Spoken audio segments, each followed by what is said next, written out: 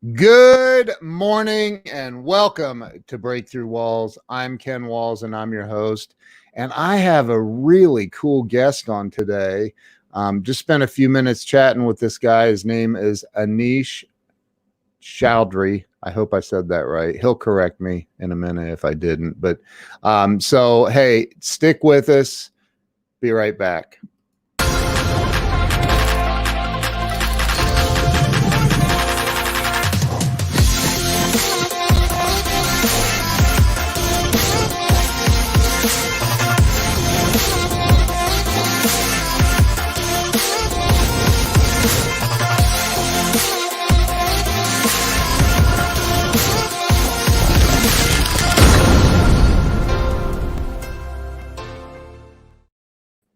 And we're back. I want to welcome my new friend, Aneesh, to the show. Welcome to the show, Aneesh. Am I saying your name right?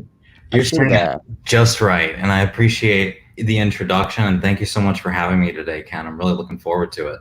Man, you are quite possibly the most chill guest I've ever had. That's a good thing. I mean, we were talking about meditation. I mean, I think it's really because a lot of the meditation. I mean, I'm really, really chill most of the time, but when I need to turn up the energy, I can turn up on demand. I love it, man. I love it. So, I told you I created this show.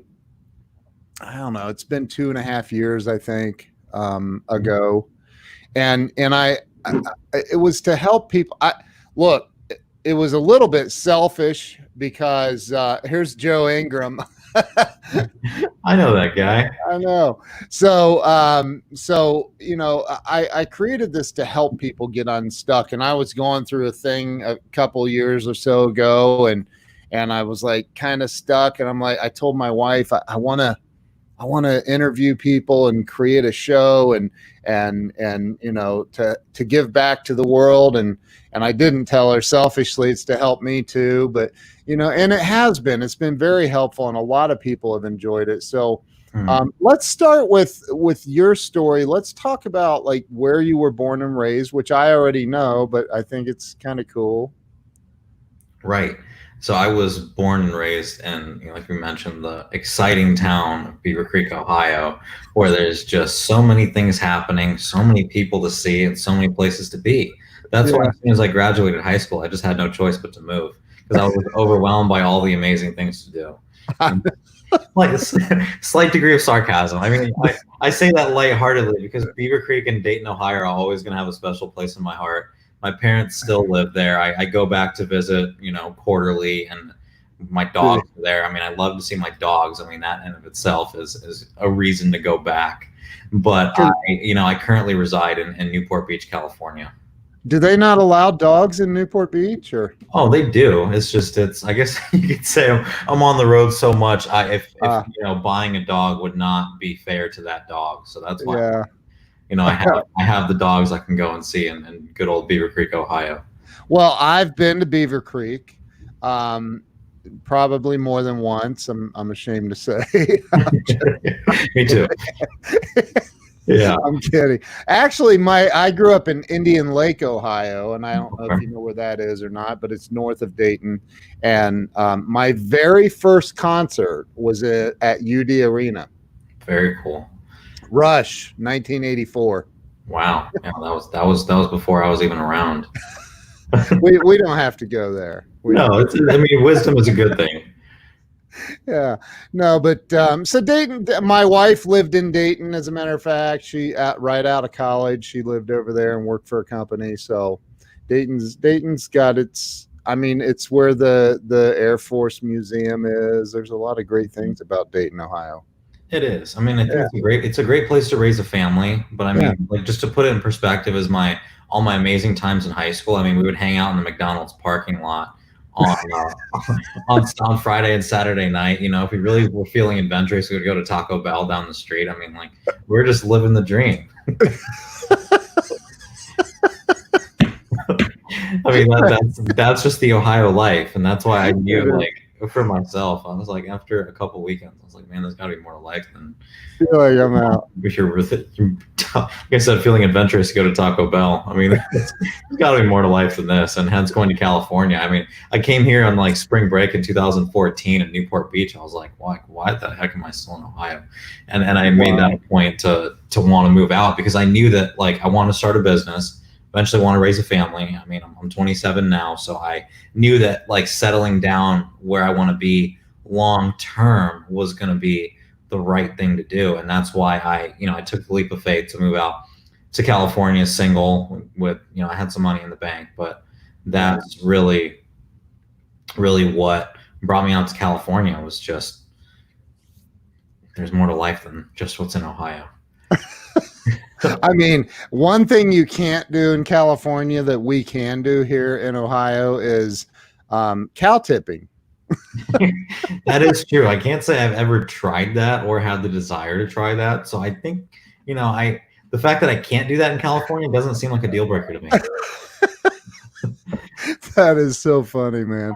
So I do agree with you. There's, not a whole lot to do in Ohio. Right. But so you now that's where you were born and you raised in Beavercreek. Correct. Yeah. Went to high school there. Hey, Justin's on. Good morning. Hey, Justin. Great. So building. my wife said, "Does anyone really do that?"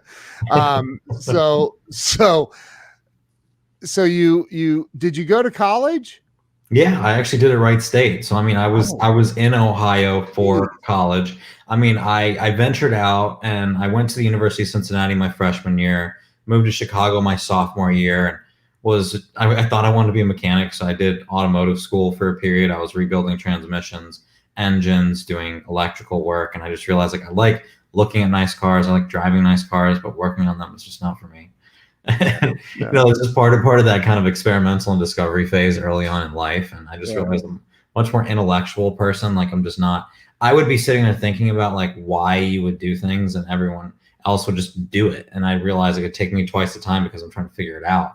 When like cars are just not something you figure out. They're just like machines you just do. I mean, cars don't have brains. Like they run as machines. And so that really didn't jive with me. And then I came back to Ohio in 2013 and did my bachelor's, and I ended up getting my bachelor's in neuropsychology from Wright State, and I graduated in 2016. So that's really what brought me back there. I started my MBA at Ohio University online, actually. So I was living in California doing my MBA online at OU.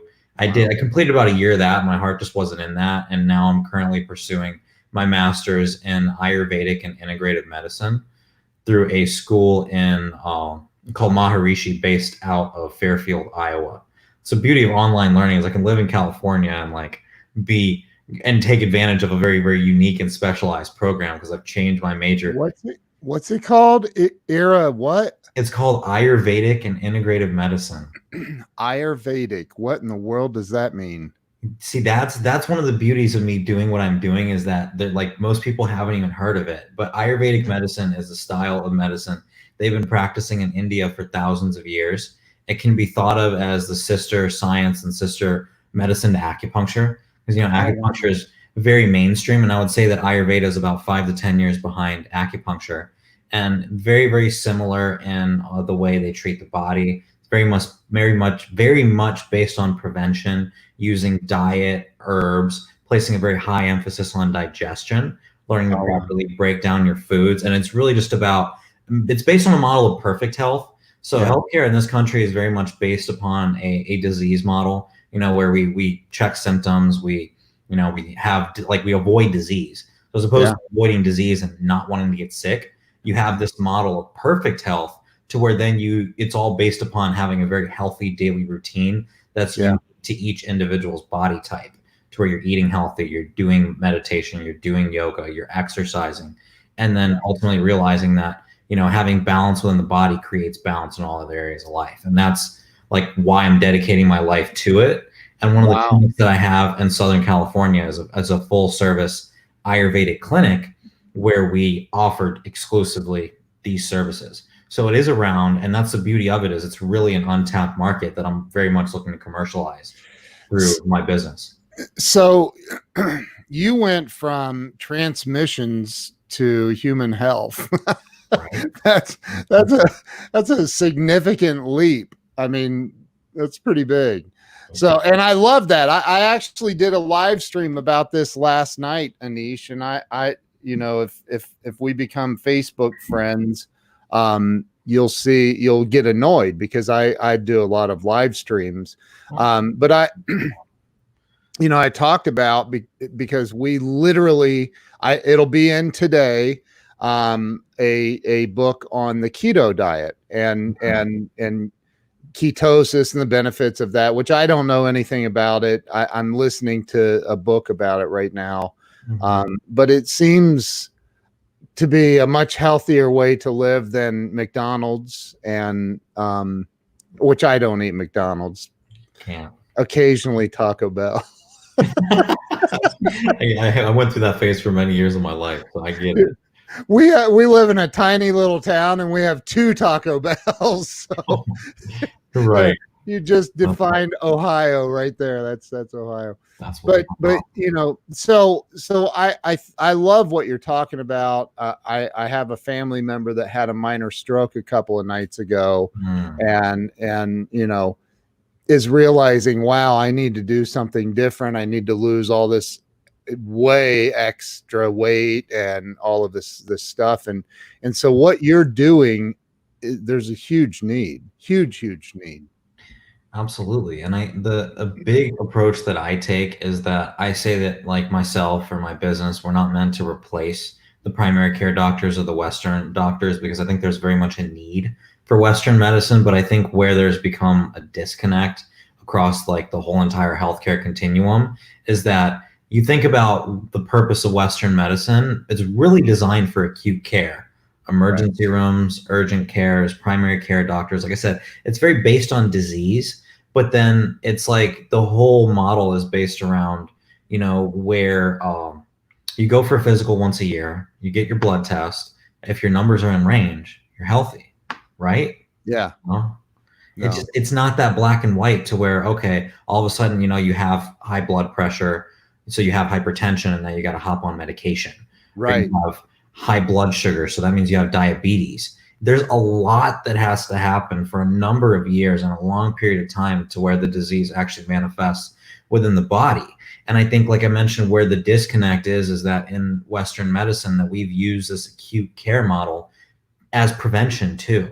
So we think that, okay, we have this disease, now I can go and take this pill and that's going to prevent it from getting worse. Which it may, but like I said, by the time, like in Ayurvedic medicine, for example, they have a 6-stage model or 6-stage basically progression of disease. And they say that symptoms don't even appear in the physical body until the 4th stage of disease. Just let that sink in. Symptoms do not appear until the 4th stage of disease, meaning that stages 1, 2, and 3, there are imbalances that are present within the body that ultimately then symptoms don't even show up. That means that things are not necessarily firing correctly in stages 1, 2, and 3, which through Ayurvedic medicine, there are ways to recognize those kind of imbalances within the body and then work to bring yourself back into a state of equilibrium far before disease is able to even manifest in the body. And that's where like Western medicine is replaced. Like we're using acute methodology to try and prevent disease, and it doesn't work. And that's why the numbers are getting worse, and why people are like scratching their head wondering, like, why am I getting sick when my doctors told me for so many years that I'm being healthy? Is because there's really a strong lack of education and knowledge and true know-how to take care of ourselves and understand that there is a genetic component, but the genetic piece is only about 25 to 30% of the dictator of our health. The other 70 to 75% is dictated by our behavior, by our environment, by our actions, and ultimately knowing that our genes are an expression of our lifestyle and our environment. So those unhealthy genes don't even express themselves unless we're engaging in unhealthy behaviors. And that's like one thing most people don't even realize. This has been years ago, but I went for a checkup and they said, oh, it looks like you have some elevated cholesterol, and we need to put you on or maybe it was blood pressure. We need to put you on a statin. Is that right? A statin drug. And I'm like, oh, okay. So I left and got the prescription filled and started taking this. And I noticed some horrific side effects. And I was like, I'm not doing this. And I got rid of them, and I've not taken them since. And you know, so far so good. But I've you know, I changed my diet. I changed, you know, several things to manage it myself without the use of drugs. And I think, you know, again, my sister's a nurse practitioner, so you know, I understand the need for Western medicine, but I love what you're talking about, and I think that again, especially in the United States, we're the most obese country in the world per capita. Right. I mean, the obesity rate is, and this is shocking, but it's all, I don't remember the exact number, but it's somewhere between 35 to 40% of the country. That's insane. Like that's a lot of people. Yeah. And then even to go above and beyond that, that's obese. Like the percentage that are overweight are about 2/3. That means that more than half of the people in this country are overweight or obese. And that's it's crazy, man. And there, it's so bad that there's a body shaming movement. Like, don't call me fat, I'm pleasantly plump. Like, no, you're fat. Curves. Respect my curves. But, and the thing is, and I'm not making fun, it's literally deteriorating. Not maybe drugs will keep you alive for till you're 85 or 90, being obese and overweight. But what is your level of living? Like, what, you know what I mean? It depletes your lifestyle. It does. And also I don't want to put people down that are overweight or obese, because one thing don't realize is that they think that it's just basically that obesity and overweight and diet are just a matter of choice and willpower, and it's simply not true. Because a lot of times, like, and the way I explain obesity and people being overweight is that it's a physiological mechanism that a lot of the reason people get to that place is because they have an addiction to sugar. They don't realize it, but it's an addiction to sugar. That's truly what it is. And like how you can get addicted to drugs or addicted to alcohol, your body then becomes dependent upon that, you know, that thing. And, you know, they've done studies that show that, like, they literally they did a study with rats where they gave the rats a choice between cocaine or sugar, and the rats chose sugar over the cocaine. Like, that just shows that, like, they got more addicted to the sugar than they did the cocaine. Yeah. Because, you know, we don't need cocaine to live, but our body metabolizes sugar. And then that's where it can become this kind of gray area, because we think we need sugar. We do, but in very small amounts and in moderation, because then when the body becomes dependent and like, you know, used to having all these inputs of sugar, it actually creates unhealthy bacteria within the gut, to where, like, that bacteria feeds off of the sugar. So when it comes to people wanting to lose weight, the only real way to do it from a dietary perspective without, you know, having to go on pharmaceuticals, and there's like gastric bypass surgery and all these kind of more intense measures for extreme cases, is it really involves doing like a very strong detox in those initial phases to be able to rid your body of those negative, harmful bacteria. That way you can stop craving sugar and then actually make the dietary changes. Because it's amazing how quickly the weight's going to fall off, because it's not natural for your body to carry that much weight. I mean, it takes work. I mean, it places stress on the internal organs. And that's why, like, the lifespan of somebody suffering from obesity is significantly decreased, because it just places so much stress on the physical body. And then, not to mention, like you said, the whole body shaming thing, all the things like it takes on the mind and psychologically. And so that's why I want to bring that to attention, to say that it's not like a lack of willpower or something being wrong with the person. Right. It's simply the way their body chemistry is, and it has to take a very strong level of determination and willingness to completely change and understand that the food is the problem, and that the food in this case is no longer a means of survival and a means of nourishment, but rather an addiction. And that's the tough part. I've, in Dr. Axe's book that I was talking about, he talks about exactly what you're saying. Like I can't, I'm paraphrasing, but he talks about the grocery stores in America. The shelves are literally lined with poison, and we don't realize it. Like if you go down this, have you been down the cereal aisle in a grocery store lately? Like it's like the shelves are filled with these beautifully colored boxes of sugar and other poisons and again, I think, and I'm in it's the irony that you're on my show today, because I am literally, my wife and I are in the middle of making this huge change and shift in the way that we're because sugar addiction's real, man. And here's the other thing, and people don't talk about this, but I will, because I ain't scared. And that is the sugar is the fuel that cancer needs to thrive.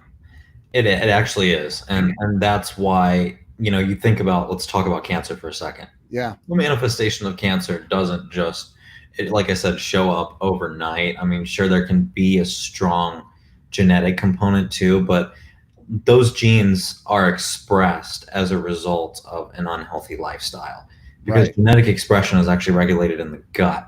And that's one thing a lot of people don't realize. And that's, so having an unhealthy gut can lead to a lot of these different sort of conditions. But basically what cancer is when your body and the cells in your body go rogue and basically start attacking and eating away at yourself, and they need some kind of outside input to keep growing. Like cancer doesn't exist naturally in the body.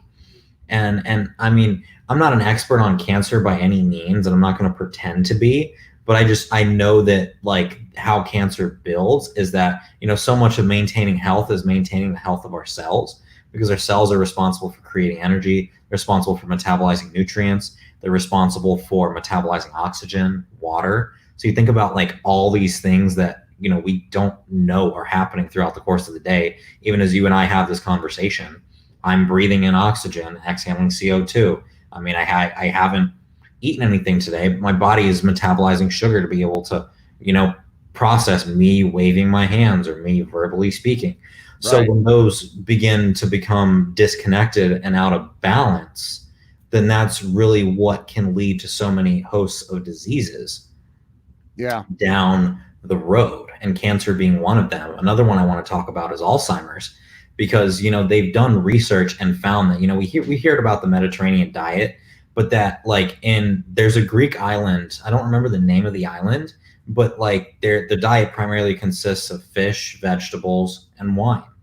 And that like it's all very natural, it's all grown, it's organic. Like you said, there's no like fancy packaging or like they go out back and they're going to pick it from their garden, and it's completely natural food. And they said there's like Alzheimer's is non-existent on this island. And that is largely because Alzheimer's is what's considered to be a neurodegenerative disease, meaning that Alzheimer's and dementia results from degradation and the breaking down of your brain. Meaning that if you are not feeding yourself adequate nutrients, you're not managing your stress, not exercising and taking care of your brain health, that's how Alzheimer's comes. It's not just a genetic phenomenon that, because my mom had it, I'm going to have it. There's absolutely stuff you can do to change that. But if people don't know that, how are they going to be expected to do that? Right. And that's really where I come in. And, I'm speaking about individual diseases, but why from like the Eastern medicine approach is that you have all these different diseases that can come up, but when you just keep it simple and understand what your body needs and put together a daily routine to where you can eat healthy, you exercise, you manage your stress, you put your well-being across everything else in life, that all those other things fall in place, and that your health, like you remain in a state of balance and everything else remains balanced. Like it's really a beautifully simple concept, as opposed to getting so caught up and hung up in, what symptoms am I experiencing, what medication is going to work for these symptoms. And it's become so complicated. And your undergrad degree is in did you say neurological psychology? Neuropsychology. Yeah. Neuropsychology. Technically behavioral neuroscience. Okay. is what the industry standard is, but it's basically understanding how your behaviors, how your thoughts, your actions, your feelings, your emotions affect Okay. your brain and what Yeah. you can do to change that. So that's That's really like, I don't consider myself a cancer expert. I don't consider myself an expert on these different diseases. What I right. do consider myself an expert on is working with my clients to create a lifestyle that is going to be what I call a brain healthy lifestyle, keep themselves in balance. That way it can then decrease their risk for disease later on in life. My goal is not to cure illness. My goal is not to replace any doctors. It's to be there as an adjunct to teach people how to live brain healthy lifestyles, because we're not taught about that in today's world. Wow. What percentage of the I'm asking based on your opinion, perhaps even scientific research that you've heard of. What percentage of all of that is tied to diet? I don't think there's a one size fits all answer, but I would have to say, like, just intuitively coming to my mind, about 80% at least. Yeah, that's what I I mean, thought. I think that if you're not eating healthy, I mean, the whole saying, you are what you eat. Like, if you eat crap, like, the inside of your body is going to kind of become crap. Right. And that's why, like, if you eat McDonald's, I mean, it's hard to expect to live. Like, sure, you may be able to function. I'm sure there's plenty of successful, like, financially successful people out there that don't have the healthiest diet. But Right. then you look at the way they feel and the fact that, like, they've been able to accomplish what they've been able to accomplish with a foggy mind and functioning at subpar levels in terms of brain health and physically and mentally and spiritually. Yeah. It's pretty amazing to think what they could accomplish if they actually cleaned up their diet, meditated, did yoga, and incorporated these other things. Because what I found is that for me now, at the age of 27, I own and operate 3 businesses. Most people at the age of 27 are not where I'm at. I'm not trying to say that, like, I'm better or worse or Right. anything of that nature, but I believe that my success comes as a result because I put my health and my well-being mentally, physically, and spiritually above all else. And I can I work 8 to 10 hour days. I mean, I don't work like 70, 80-hour weeks to run 3 businesses. I mean, I've become very efficient at working smarter versus working harder, and understanding that when your brain's functioning properly, when you eat healthy, when you're not eating emotionally, when you learn to manage your emotions, manage your stress, all of these other things that come along with living a healthy lifestyle, the rest just becomes easy.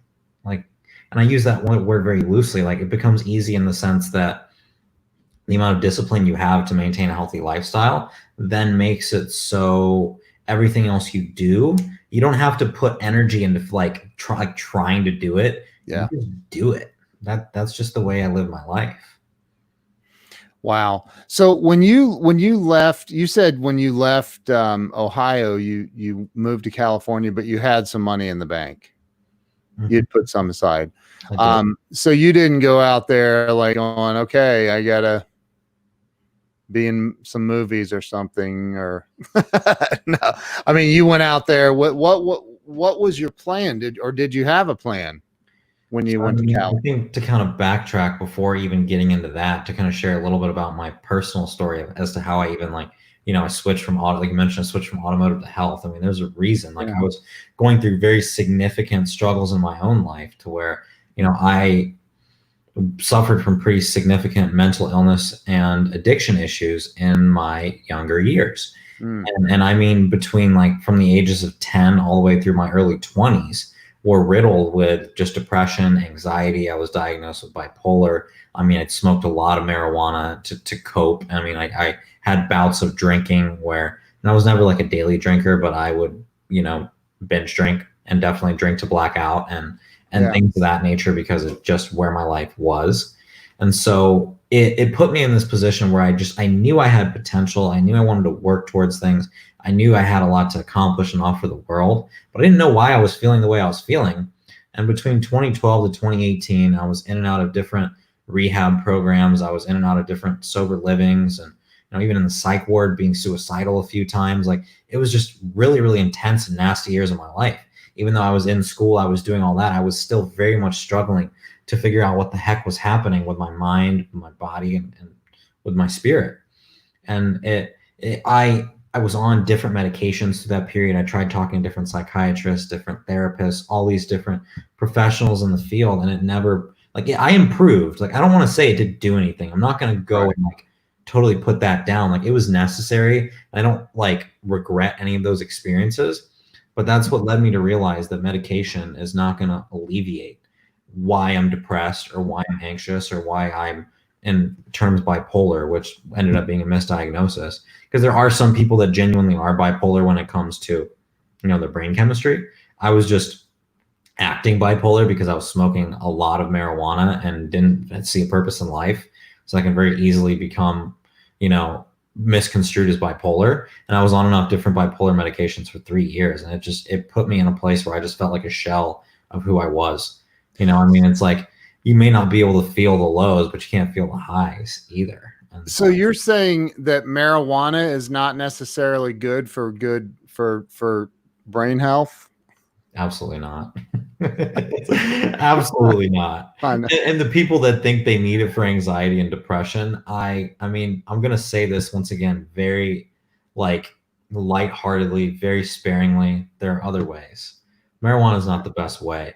If there's like really, really severe trauma that's occurred and, someone was at war or, there's somebody with cancer. There are cases where marijuana can help, but to go on a limb and say it's medicine, it's like other medications, like you mentioned with the statin, you experience side effects.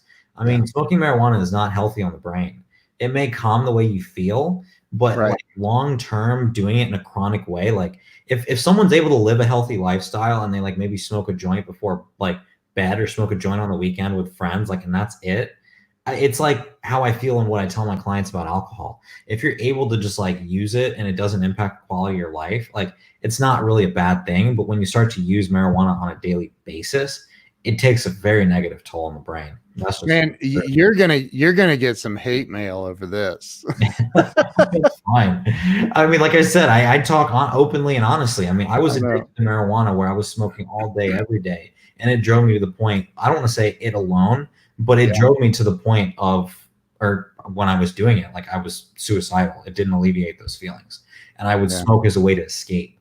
So I think it's really all comes down to your intent behind use. Like I said, if it's like the weekend and you're with friends and you smoke a joint with 4 people on a Saturday night, like once a week, and that's the way you do it, like I don't see a problem in that. That's not gonna destroy your brain. But if that becomes every day, then it absolutely does affect the brain in a negative way. It's the truth. It's what the science. Dude, I know, and I'm with you 1,000%. I totally agree. I see, states making it legal, and it's fine, whatever, do your thing. But like, my buddy Grant Cardone, I don't know if you know who he is or not, but he's like, hey, I don't care if you smoke the weed. It eliminates my competition. It does. Like I'm going to function at a much higher level mentally than a pothead is. Sorry, but it's the truth. Yeah, and all of a sudden the idea of Netflix and chill becomes the coolest thing in the world. You're sitting there with your video games, your pizza, watching a movie. Life is good. And then once you come down from that, it's just like, okay, now what? Right. Like another joint. To tell you the truth, Ken, like I said, I was a very heavy user of marijuana for a number of years. Yeah, and I know today the feelings that I felt like, because there were times I would lie if I told you all the times I smoked weed were bad. There were times where I felt great. It wasn't like great based on reality. It's like just this grandiose feeling. But today, sometimes I come out of meditation, not sometimes, this is pretty regularly for me now that I've been practicing for years, where I actually feel high. Yeah. And like, I just feel elated, but there's no come down. Like that's the way that I'm able to maintain for the most part. But the difference is that I can feel my emotions and I don't have to have a way to escape. Yeah. Like that's where it was at before, where like, wow, these feelings are so intense. So I need to smoke to numb that. And then that's where, we just got a comment about the intent of use. Like if it's just an intended method to being social, like drinking, then it's okay. But if like you're going throughout the course of the day and you're just thinking about, you can't wait till happy hour comes and you're pounding 3 or 4 martinis every night after work and saying that's how you do business and how you close deals and everything, like it's rude wake up call. So that's some of you guys out there. I don't want to put you down. Like I respect and honor where you're at, but it's like for long-term health, it will come back to bite you in the butt later on. It will. I promise you. I know. Trust me. I know. And 3 or 4 martinis sounds like a good start to me. So right, that's just the appetizer. Yeah, it's like, what? That's it? We're not stopping there. Right. So, and I use that example because I used to work for Chase, and like that was a very stressful job working for Chase. And I know, like, I would go out for happy hours like 2 or 3 times a week with my coworkers and pound 2 or 3 martinis, and I would just be looking forward to that because, man, Bar Louie had some damn good martinis. Yeah. Was that here in Ohio? This was in Chicago, actually. This was 2017 going into 2018. Okay. Yeah. I think, again, it's surprising how much of an old soul you are for 27 years old to have the insight that you have, because, I'll be 52 in a couple weeks, and it's like, it's taken me a long time. It took me a long, like I have 18 years of sobriety. Mm-hmm. But that means I was 34 when I got sober, and it was like, it took a lot of pain before that, and it does long term affect every single person that I've nothing good ever came out of a blackout for me. Nothing ever. I've never ever woken up in the morning and saying, man, I'm so glad I blacked out last night. I went and volunteered at the local soup kitchen and helped out children in need. Like, never a blackout story. It's always like, I know one of the worst times I blacked out was in college. I woke up in the woods with splinters in my hands at 3:00 in the morning. Wow. Where I was. Like that's the kind of stuff that happens, and why alcohol, when used in that manner, is that's my wife now. She's jonesing for an apple martini. That one was good. Yeah. I for me, it was the honeydew martini. I think it was. Yeah. I don't even remember. It was like honeydew or something green. But yeah, like I was saying, when I woke up from like blackouts, it was never a positive situation. It was never like I contributed to society. It was like I was a menace to society. Amen, man. So you ended up in California. I know that you have, I read somewhere an article or something about you opened a yoga studio. Is that what is it, a yoga studio? Is that what you? It started off as a yoga studio. It was a yoga studio / clinic. So, I have a couple treatment rooms where we offer different therapies for brain health and cellular rejuvenation. Okay. But then the yoga studio model just didn't really fit. So we have a yoga studio. We still, we're doing events. We would rent out the space, still do classes. I led meditations here and there.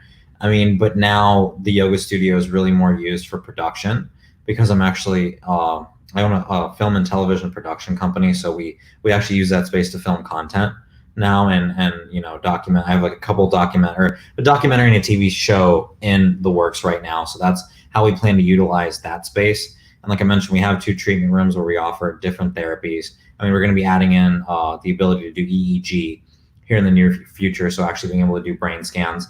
So I say that clinic, it's basically a brain health clinic with a yoga studio / production studio in it. It's kind of multi-purpose space.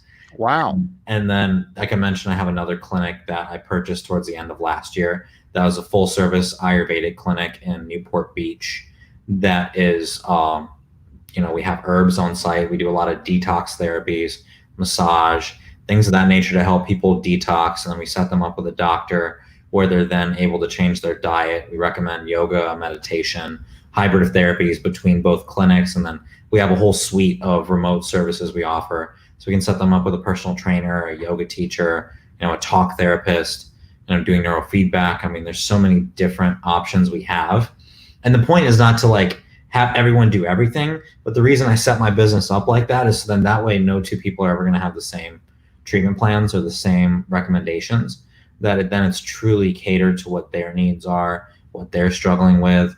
They're Chris is asking if I'm teamed up with Dr. Amen. Yeah, so I'm actually certified through the Amen clinics as a brain health coach, and I have a Wow. team of brain health coaches that work for me. So the Amen clinics are very much the foundation of how we work with the brain, but then I'm added on to I have added in the Eastern medicine twist to really take things to the next level. And I say that my whole entire mission is to bridge the gap between Eastern and Western medicine. So Dr. Amen's kind of what we use on the Western medicine side, in addition to a variety of other. Oh, so you're asking what brain scans? So we offer EEG.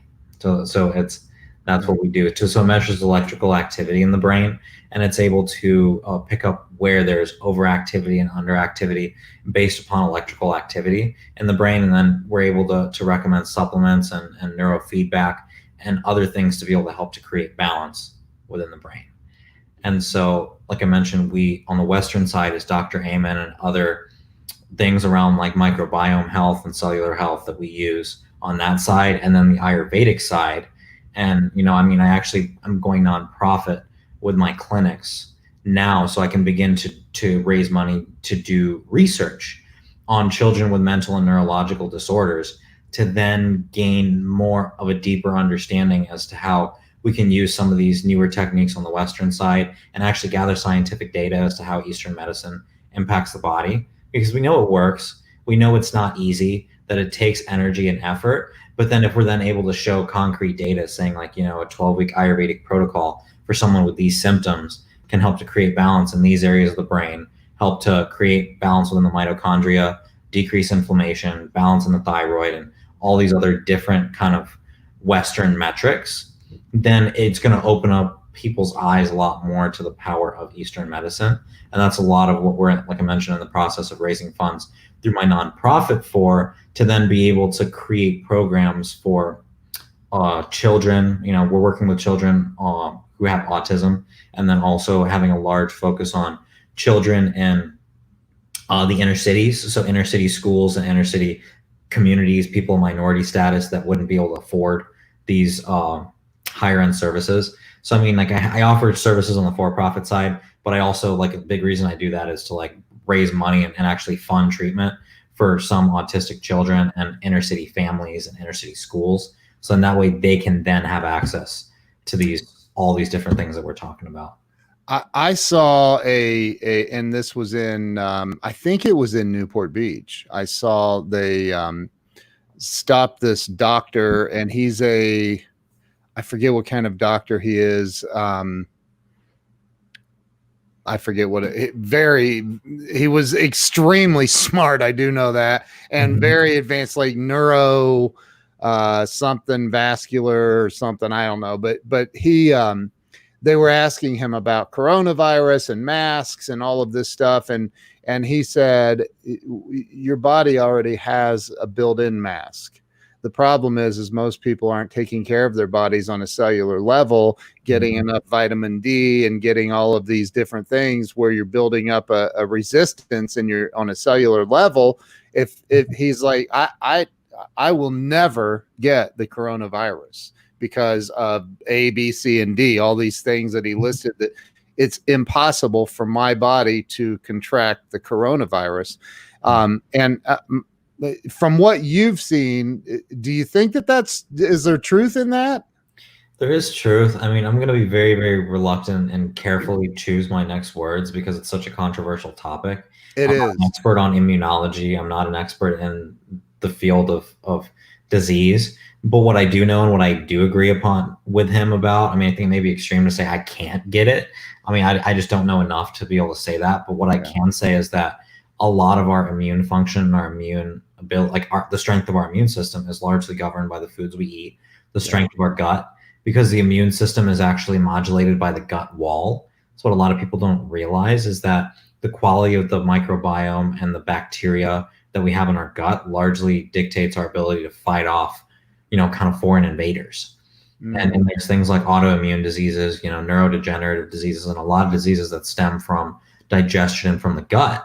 And what I can say from an Eastern medicine perspective is that they think everything is digestion, and that, inflammation, cellular imbalance are the underlying contributing factors to a lot of different diseases. I don't want to say every single disease because I don't know. I mean, there's so many diseases out there, but it then comes back to what I was talking about, creating balance within the body, because the way that Ayurveda talks about health is that our body has this own innate inner intelligence, to where, like, if you think about the whole human body from head to toe, there's so many things happening within us, and basically imagining that each one of our individual cells are their own beings, like they're their own functioning creatures, that when those are not in balance, you magnify that times trillions, because we have trillions of cells within our body. And that's like where we have to be able to take care of that. Otherwise, it's very unrealistic to expect our body to be able to fight off these kind of diseases that can then come in and invade our cells and actually lead to the point of death. And that's why with COVID, like, it's been identified that a lot of those that are at risk for contracting and, perhaps even dying from the disease are those that are immunocompromised with already pre-existing conditions. Because as I mentioned earlier, that a lot of those conditions then manifest from years and years of imbalances within the body. So that just goes to show that, things like COVID and other kind of outside bacterial-based diseases, they wouldn't have as much of a chance of being able to cause that much harm if the body's immune system and the body's functioning is already at a very high level. So I think that's what he could be referring to, but I think it may be a little egotistical to say, I can't get COVID. Like, I'm above COVID. I mean, I think it's like a little wild. I mean, I'm never. Well, listen, the guy was very humble. He wasn't being, he's just like, it's just the way that I can't, I'm paraphrasing and I don't want to take it out of context. So, but he was saying, like, it's just impossible for me, in a very humble way. It's impossible for me to contract something like that because of the, and I can't name all the stuff. I just found it very intriguing and interesting that he said what he said. But I think, when it comes to the gut health, I keep hearing about this, and I was diagnosed with diverticulitis years ago, and which is a really fun thing to have, and you never know what's going to trigger it, right? And but it's so I think there was a point for me a few years ago where I was like, well, I'm in my, late 40s at the time. It's too late. I can't change now because I've destroyed my body over 40 some odd years or whatever. What about somebody that's in their 50s, 60s, 70s that maybe they feel like, I've been overweight my whole life. McDonald's is part of my daily routine, and I just don't know, what to do to change, or is it too late? What about the people that think it's too late? It's never too late. No, that's what I can say. It's all about mindset. You tell yourself it's too late, it is too late. It's just it's really that plain and simple. I mean, if you believe you can change, you can change. Yeah. Because the body wants to be in a state of balance. It takes more energy and effort for it to become out of balance. Like I mentioned, it takes years to contract diseases. Diseases, in a conventional sense, don't just appear overnight. I mean, it really takes a lot of beating up and a lot of abuse to the body to get to that point where many people but then once again, it's not their fault. It's not that like they don't know, but sure, you may be overweight, you may have diabetes, you may have high blood pressure, 40s, 50s, 60s, 70s, but it all starts with a desire to like truly make a difference, and then start small. I mean, you can't just change everything. Even if you're in your 70s and you have a host of diseases, you can go for a 10-minute walk. At least I hope so. I mean, I can't say in all cases. There may be some cases where it's very, very hard. Yeah. But it's, for most people, like if you have two legs and you're able to walk, just going for a walk every day is going to make a huge difference mentally, physically, spiritually, and then working your way up from there. Like it really, I mean, there's so much education and so much knowledge available to us on the internet to where you can become not like an expert on something, but you can learn so much just from Google. I mean, I recommend double checking sources and not like, when it comes to COVID stuff, maybe not reading everything about COVID. So much misinformation. But if it's just something as simple as like learning about how exercise can benefit high blood pressure, something like that's a very well-researched phenomenon that that shows that if you exercise more, it has a positive impact on your blood pressure. Like that's an established thing to where, things like movement, things like eating. I mean, eating a healthy diet's not revolutionary. And the approach that I take is that, if you're eating McDonald's every day, don't just tell yourself, I have to stop eating McDonald's today. Like if you're eating McDonald's 5 days a week, go down to 4 days a week. And then on that day you're not eating McDonald's, eat a salad, make some vegetables, cook a meal at home.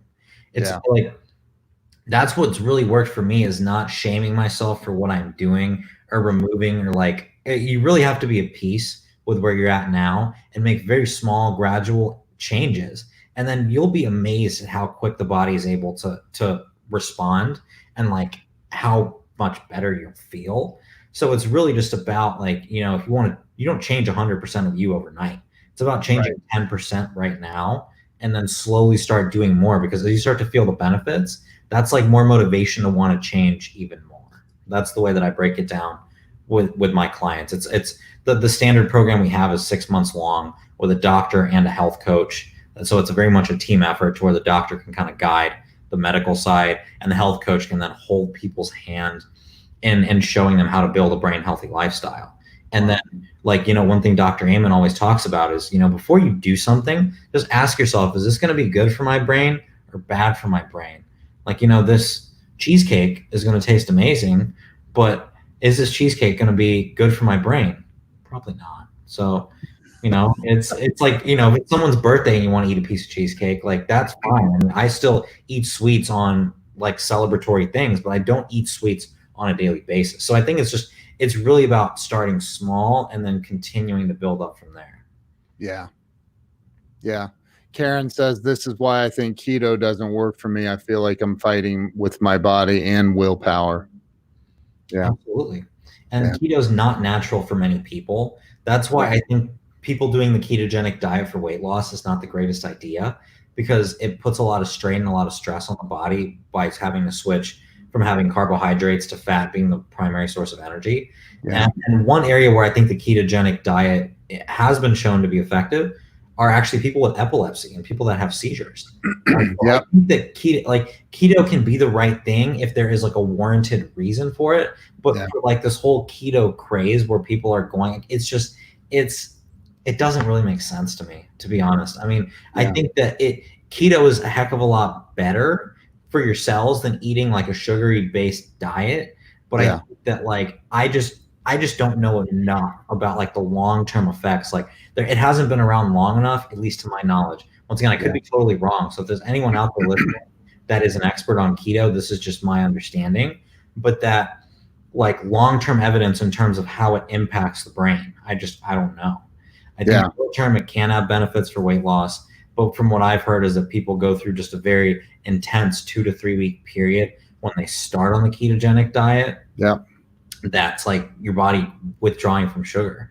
And I think it's not even about it being like the right or wrong thing to do. It's just very hard to maintain that, because there's sugar in everything, and to just eliminate carbohydrates and have a primarily fat-based diet, to me, it just seems like there'd be a better way of accomplishing, whether the goal is a weight loss or general health, than having to take that drastic measures. That's just my viewpoint on it. I think it's a very strategic diet that in my opinion is being overutilized. Well, I've got, I'm reading the book by Dr. Axe, who is, I get from what the stories that I've heard, it's cured a lot of things, cancer and a lot of things. So, for me, I just personally, and I think that's where people like you that are really out there, spreading the message that you're spreading, I believe that people want a healthier life. They want a higher quality lifestyle, but they don't know where to start, because if you walk through any grocery store in America, it's literally, the shelves are lined with poison, and I'm not, and I'm not judging anybody either. I've done it for 52 years, but there's got to be a better way, and a simpler way, and one that it doesn't require a new degree and being a chef to prepare meals. Like my wife was saying the other night, like, God, hearing all this stuff about how horrible carbs are, which they are on a big scale, but I don't even know what to cook. I don't know what to make for dinner, and I'm like, I know we have grass fed beef. Let's eat that. I don't know. Right. Yeah, So, and I mean, I think that the fact that it is grass fed is obviously better than the traditional stuff pumped with hormones and steroids and all those harmful additives. Yeah. And I wouldn't say carbs are bad. I think carbs are good when you eat the right kinds of them, but it's the overconsumption of carbs which are like kind of give them a bad rap. I don't think carbs are bad. I don't think protein's bad. I don't think fat's bad. I think it's more about kind of moving beyond just like basic macronutrients and understanding that there's certain foods that fill certain needs. So for example, if you have quinoa, that's a very nurturing, complex carbohydrate that is digested slowly. But when carbohydrates do become bad are all these processed foods that are simple sugars. They have high fructose corn syrup, like all these cereals you mentioned. Like I don't eat cereal anymore because it's just no bueno on any level. Yeah. Because when your body when you eat them, it spikes your blood sugar completely up. Yep. And then that's like, over the course of a lifetime, how diabetes happens.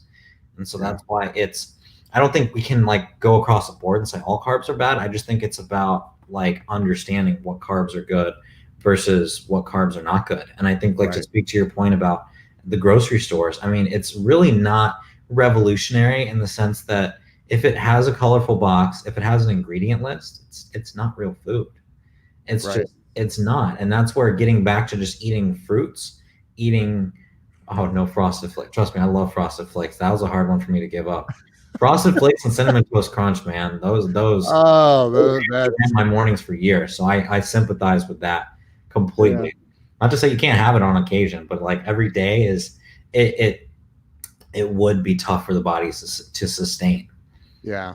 And I huge reduction in sugar in the diets, which is a byproduct of the keto diet, are bringing a lot of changes. Absolutely. I think, and I said it last night on my live stream because, these companies they're pumping our foods full of chemicals, and preservatives and the way that you stop that is you stop buying it and the companies go out of business.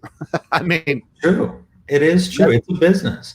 And to kind of clarify the point about the keto diet, I mean, I think to kind of expand on what I said, I mean, I think that keto is great, like you mentioned, to cure a lot of diseases. I think if someone has a disease, keto can be a great option. But I think as just a basic lifestyle for somebody that's healthy, that's where, I mean, like I said, once again, my opinion that I don't think keto needs to be like that because it's such a drastic change. So I think I agree that there are tremendous benefits, and that's what people are getting at, because a lot of these diseases feed off of sugar. And that's why having the complete reduction of sugar when there's already cancer, there's already high blood pressure, there's already heart disease, can then give the body a break and give it a chance to heal. Yeah. But that's where I think then becomes the question, is keto necessary for a lifetime? Is it, and these are all questions like for researchers, like, are they like certain periods for certain diseases? I mean, I think that there's like, that's where keto, I think, is going to have the best application is like, okay, when there's already disease present. But like I said, I mean, for me, I know that it's, my wife. I love grape nuts. Nice. Yeah. I think it'd be tough to have keto just be like a mainstream way of eating. That's but what I've read so far, and again, this is something I'm reading about, researching. I have a buddy who's a deputy sheriff, and he's very quiet, very not in your face about anything. Mm-hmm. And he's always been overweight. And he called me the other day and he said, hey, I sent you a link to a book. You didn't respond to my text message. And I said, oh, sorry, I forgot. And, and it was the keto diet by Dr. Axe. And he said, dude, I lost 35 pounds in 60 days, and it's completely changed my life and his wife's life. And he's also a cancer survivor. And he said, there's something, I guess, called keto cycling or something, where you go in and out of ketosis, and I don't know what that means, but I'm looking into it just because, like, hey, I got a personal testimony from one of my best friends that said, hey, it changed my life, and he's not been in the 160s weight range since high school, and now he is, and he's in his 40s. So, you know, I think that again, what you're saying, and I agree with, it sounds like you're saying, like, you know, moderate, like, just everything in moderation, man. Like, it is. Yeah. I don't think that any one diet's a one size fits all approach to everything. And that's where with Ayurvedic medicine, it's about putting together a program that, I mean, there's a whole way to kind of figure out what a person's like Ayurvedic body type is. Yeah. That's where you can then, there's certain foods that are good for them and certain foods that aren't good for them. So it's not black and white, like I'm going to do keto or I'm going to do paleo. And that's much more the mindset that I'm in now, is that it's a lot more about balance and kind of what works for each unique individual. Yeah. But like I said, I think that an Ayurvedic approach is very good for healthy people. But when it comes to disease management, there are special interventions that are needed. So that's where I think that keto can, like I mentioned with epilepsy, it's been shown that in certain cases, it completely stopped the incidence of seizures. And I think that's amazing, because that's, you know, and this was scary because I had like a friend of mine in my English class in junior year of high school, where she literally had a seizure right in front of me. Like, as I was basically talking to her, she completely seized up and just dropped to the floor and started having a seizure right there in the middle of class. And I just was like, that was a traumatizing moment for me. Yeah. Sadly, she ended up losing her life at the age of 20 because she did epilepsy. Oh my God. Yeah. And it's and to think that a dietary change could have possibly saved her life. And that's the thing. And again, this isn't me pitching keto, because I don't know enough about it.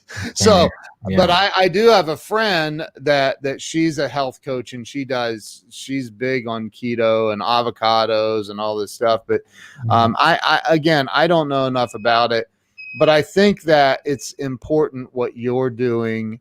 And that is, I mean, because it starts with education. It starts with the person becoming educated about, first, their mental state, like you were talking about, the psychological state rather, and then moving through all the other elements of getting healthy. Right. Exactly. It's a process. I mean, I think that's what people have to understand. And that's why I don't really get too deep into talking about specific diets, because there's so many different diets in today's world. And that's why I take like a neutral stance with it. Like, yeah, it can help, but I don't think it's the greatest way to just have a diet. Yeah. Because what diet implies is like, okay, like you said, your friend lost, you know, like 45 pounds in 60 days. That's amazing. Or 35 in 60 days. Yeah. And then it's like, okay, so when those 60 days are up, like, then what?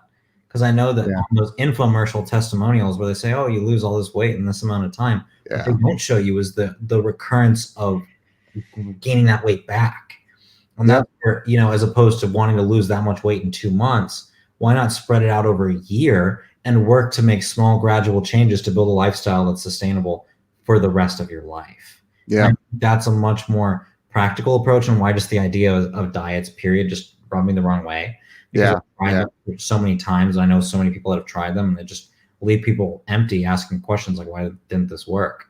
And so that's why, you know, taking the approach to address the subconscious mind, address unhealthy thought patterns, you know, build in other healthy habits, understanding it's not just diet. That's a huge piece, but like exercise and movement are big, meditation's big, yoga's big, mindfulness, all these, it's a combination of all these different things. And that's why, you know, we spoke a lot about diet today, but then all these other areas that have a positive impact on the brain are really what then puts you in a position to where you can live a wonderful quality life, have success in all areas, and truly be happy.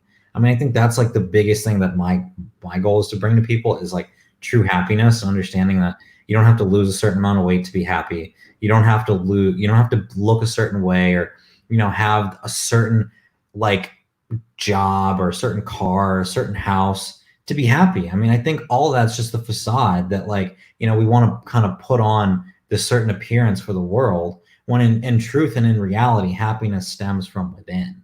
And even just maintaining that has such a positive outlook on the body and then fighting disease and all these other things we talked about today. So I think that that's like a kind of a good place for me to leave, is that my goal is to just bring peace, love, joy, and happiness to everybody I come across as like a result of me truly carrying that energy within myself. I mean, that's really what like I see as my purpose of existence. I love that, man. I love it. How do people follow you? Where's the best place to follow you? And do you have a website that they could visit?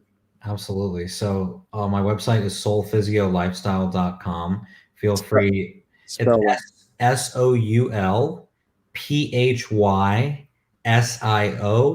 soulphysiolifestyle.com. It's the name of my company. I have all the information about all the services that are on there. If anybody is curious about wanting to set up a time to chat with me or one of my doctors, all of those things, those resources are available. Feel free to drop me a message in the chat button. I'm also active on LinkedIn and Facebook. I have also an Instagram. I mean, I'm not the greatest about, keeping that updated, but I have a Soul Physio Lifestyle as my Instagram, or feel free to connect with me on LinkedIn and Facebook.